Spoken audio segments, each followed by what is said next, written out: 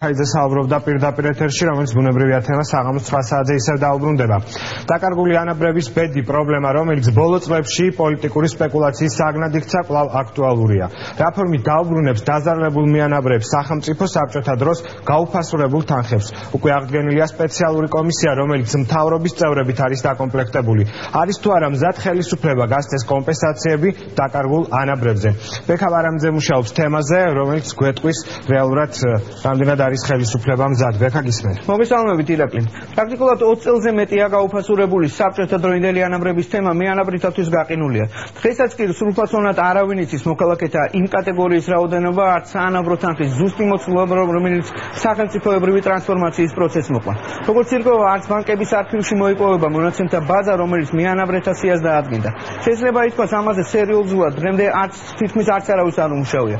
ერთადერთი გამოვლინება, რომელიც დღემდე დაზარალებული მოქალაქეებისთვის იმედის ნიშნად რჩება 1998 წელს ხელისუფლების მიერ შიდა ვალად აღიარებული 502 მილიონი ლარია, რომელიც კომპენსაციების გასაცემად შევარდნაძის ხელისუფლების დროინდელმა მთავრობამ ვალდებულებად აიღო. მას შემდეგ ეს თემა მუდმივად რჩება პოლიტიკური სპეკულაციის საგნად, როგორც თქვენ აღნიშნეთ. მაყურებელს ალბათ ახსოვს, რომ რამდენიმე წლის წინ შემუშავდა კომპენსაციების გაცემის სქემაც, რომელიც შემნახულ ანგარიშზე დაკარგული თანხის პირველ 1000 მანეთზე 100 ლარის, ხოლო ყოველ მომდევნო 1000 მანეთის საფასურად 20 ლარის ანაზღაურებას გულისხმობდა. Თუმცა პოლიტიკური ნებისა და ფინანსური რესურსის არარსებობის პირობებში ეს ინიციატივა დავიწყებას მიეცა. დღევანდელ რეალობაში სახელმთავრობა 15 წლის წინანდელ ვალდებულებას აღიარებს, თუმცა პრობლემის გადაწყვეტის გზები ჯერჯერობით არ ჩანს. შექმნილია კომისია, სადაც უშუალოდ მთავრობის პირველი რანგის პირები კომპენსირების პროგრამის განხორციელების პირობებზე მსჯელობენ. სახელმწიფო გადაწყვეტილების გაცნობამდე კი ანაბრების თემით დღეს უკვე სამოქალაქო სექტორი დაინტერესდა.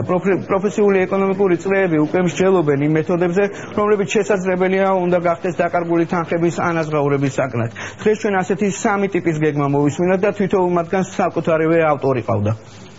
მექანიზმები, რომელიც შემუშავებული იქნა 90-იან წლების ბოლოს, არის მისაღები და დღეს გამოსაყენები და სამუშაოებელი. ჩემთვის მაგალითად მიუღებელია ამის ანაზღაურება მოხდეს წილების, აქციების მეშვეობით. იმიტომ რომ როდესაც არ არის დღეს ქვეყანაში მეორადი ბაზარი, ახდება აქციების კოტირება, ცოტა არ იყოს წარმომადგენლია ვის როგორ უნდა რა ვთქვათ ხახრის ან რომელიმე ფაბრიკის წილი უნდა გადასცე, ან რაუძრავი ქონება უნდა გადასცე. ამიტომ უნდა მოხდეს მათი გასტუმრება ჩვეულებრივი ფულადი თანხით. ჩვენი პროგრამის მიხედვით ეს 502 მილიონი ბრუნვაში რომ მოვიდეს, უნდა გადავაქციოთ საგადასახადო თამასუქებად და ეს საგადასახადო თამასუქების გამოყენებით შეუძლია დაზარალებულ მიანაბრეს ან მიანაბრეთა ჯგუფს ან იმ პირს, ვისაც როცა გაიკეთება საგადასახადო თამასუქი, დაიწყოს სამეწარმოო მცირე მეწარმეობა.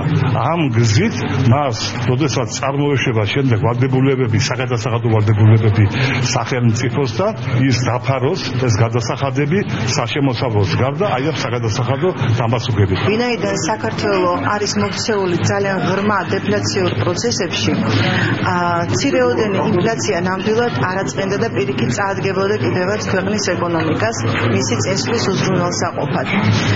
კერძოდ შესაძლებელი იქნებოდა დამატებითი ფულის მასის გაშვება და იმავდროულად ამ ფულის მასით საბჭოთა პერიოდის ანაბრების გარკვეული კომპენსირება და ამის ყველაფრის საფუძველი უნდა გახდეს პირველ რიგში ეროვნული ბანკი, რომელსაც დიდი წვლილი მიუძღვის ქვეყნის დეფლაციურ მორევში გადაჭრისხმისათვის. მან უნდა გამოასწოროს ეს შეცდომა და მისცეს ქვეყანას განვითარების საშუალება. უკანასკნელ სამოქმედო გეგმასთან დაკავშირებით, რომელიც თქვენ უკვე მოისმინეთ, საკომპენსაციო ფინანსების გამოყოფას, რომელიც ეხებოდა საკომპენსაციო ფინანსების გამოყოფას ეროვნული ბანკის სავალუტო რეზერვიდან, ჩვენ 9 საათიანში შემოგთავაზებთ საბანკო წრეების რეაქციას. მანამდე კი ეროვნული ბანკისგან უკვე სასამართლო დავისხდის იმ პირთასიის მიღებას, რომლებმაც 90-იან წლებში კუპონის დაჩქარებულ ტემპში გაუფასურების პირობებში დიდი ოდენობით კრედიტებით ისარგებლა ახალგაზრდა ფინანსისტთა და ახალგაზრდა ადვოკატთა ასოციაციები ითხოვენ. სწორედ ეს ორი ორგანიზაცია ორგანიზაცია, რომელმაც მიანაბრეთა თემა გააქტიურა და საყოველთაო თუ არა ჯერჯერობით პროფესიული წრეების განხილვის ერთ-ერთ მთავარ ობიექტად აქცია. არასამთავრობო ორგანიზაციები მიიჩნევენ, რომ სწორედ 500 კაციანი ჯგუფი გახდა ერთ-ერთი წინაპირობა იმისა, რომ ქვეყნის სავალუტო რეზერვები კერძო ინტერეს ჯგუფების ხელში აღმოჩნდა. იმდროინდელი პრაქტიკა ასეთი იყო: გავლენიანი პირები სესხებს იღებდნენ კუპონში, მალე ხდებოდა ამ თანხის მწარვალუტარში კონვერტირება, ხოლო რამდენიმე თვეში კი კრედიტები იმავე კუპონით იფარებოდა, რომელიც მოცემულ მომენტში უკვე დაფარვის მომენტში საშუალოდ 100 მაგათ იყო დევალვირებული. თუმცა ანაბრების გაუფასურების თემასთან ცალკეული პირების გამოკვეთა, როგორც თავად პროცესის ინიციატორები მიიჩნევენ, როგორც სამართლებრივი, ისე ფინანსური ეფექტის მომცემი არ იქნება. ამ საკითხს უფრო სხვა დატვირთვა ეძლევა. კონკრეტული დამნაშავების გამოვლენა საკითხის მოგვარებას ნამდვილად ვერ უზრუნველყოფს.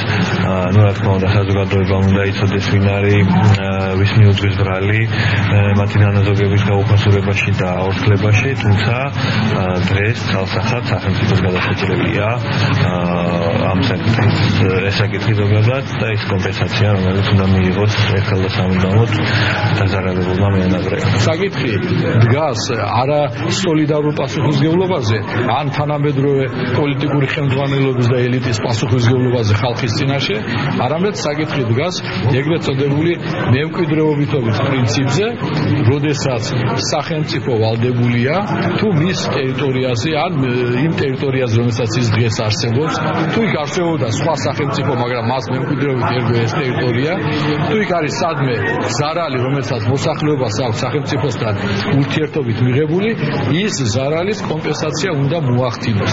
და ამას მოახდენს დღეს ხვალ ზეგ თუ როგორ, ეს არის პოლიტიკური ნება. ჩვენ გვინდა ახსნათ ამის ეკონომიკური შინაარსი და ეკონომიკური შინაარსის უკან ანაბრების გაუფასურების პერსონიფიცირება საქართველოში შეუძლებელია. ახალ ხელისუფლებას ის ვალდებულება უკვე აღებული აქვს, რომელზეც ჩვენ უკვე მოგახსენეთ. შესაბამისად, საზოგადოებისთვის არსებობს ხელშესახები პირობა, რომლის საფუძველზე ის საკომპენსაციო პროგრამის განხორციელებას მოითხოვს. საკითხი ახლა ეხება სახელმწიფოს ფინანსურ შესაძლებლობებს და იმ სავარაუდო შედეგებს, რაც ფულის დიდი მასის ბრუნვაში გამოშვება შესაძლებელია რომ მოხდეს. ამასთან გასათვალისწინებელია მთელი რიგი ტექნიკური საკითხები. საქმე იმაშია, რომ საანაბრო წიგნაკების დიდი რაოდენობა ყალბია და მათ განახდება შესაძლებელია რომ უმართავი პროცესებიც კი მოხდეს. ერთი სიტყვით, ყველა ეს საკითხი შესათანხმებელია და როგორც აცხადებენ, რაც შეიძლება მოკლე დროში, რადგან ვადაში გაწევილ საკომპენსაციო პროცესში მეანაბრეთა ნაწილი შესაძლოა ვეღარც კი მოეწოს. თუ რა ფორმით მოხდება არასამთავრობო ორგანიზაციასა და სამთავრობო კომისიას შორის ურთიერთობა, ჯერ უცნობია, მაგრამ ასეთი კავშირის აუცილებლობა უკვე შექმნილია და მას არსებული რეალობა ქმნის. დიდი მადლობა ბექა, მეანაბრეთა სახელით მადლობა, რომ საკმაოდ ვრცლად და ამომწურავად მოგვაწოდა ინფორმაცია.